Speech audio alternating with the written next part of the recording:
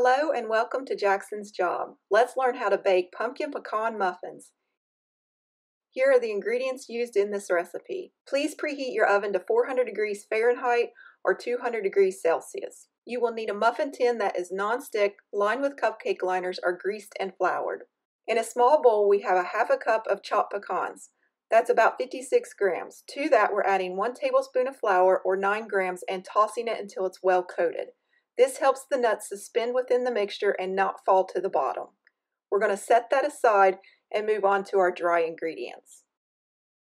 In a medium bowl, we have 1 1/3 cups of flour, 200 grams. To that, I'm adding 1 1/2 teaspoons of baking powder, 6 grams, 1/2 teaspoon of salt, 2.5 grams, 1 teaspoon of cinnamon, 2 grams, 1/2 teaspoon of ground ginger, 1 gram, and 1/4 teaspoon of allspice, 0.5 grams. Now, if you don't have allspice, you can use 1/8 teaspoon each of nutmeg and cloves, which is about 0.25 grams, or you can omit that, or you can substitute all of these for pumpkin pie spice. You'll want to use 1 1/2 teaspoons or about 3 grams. Now, if you don't have all these spices, you can just use the cinnamon and it'll turn out really good. You want to mix this until it's well combined and set it aside. In a large bowl, we have a half a cup of softened butter, 113 grams. You can use margarine if you like. You just want to mix it until it's nice and smooth like this, and then we're going to add in some sugar. I have a half a cup of granulated sugar, 100 grams, and a 1/4 cup of brown sugar, 56 grams. Now, if you don't have brown sugar, you can use all white sugar, but the brown sugar does give a depth of flavor. Once you have your sugar combined with your butter, you want to add in 2 large eggs or 100 grams, and you want to add them one at a time until it's nice and smooth like this. Once the eggs are well combined, we're going to put in our flour mixture from earlier, and to that we're going to add a cup of pureed pumpkin, that's canned pumpkin, 244 grams. For some additional flavor, we're going to add a teaspoon of vanilla, 5 milliliters. You can omit it if you don't have any. And you just want to stir this until you no longer see the flour.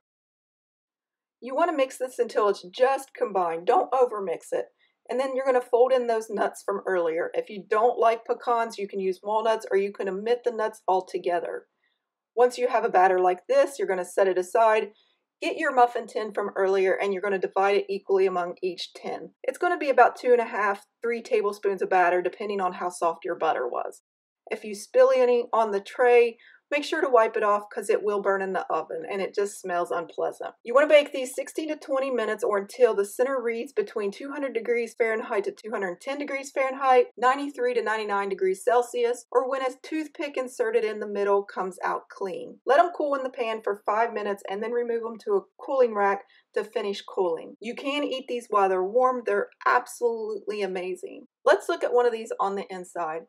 They have a really nice open crumb structure. They're soft and delicate, and yet they have a hearty flavor to them. I hope you enjoyed this recipe. Thank you for watching, and as always, happy baking.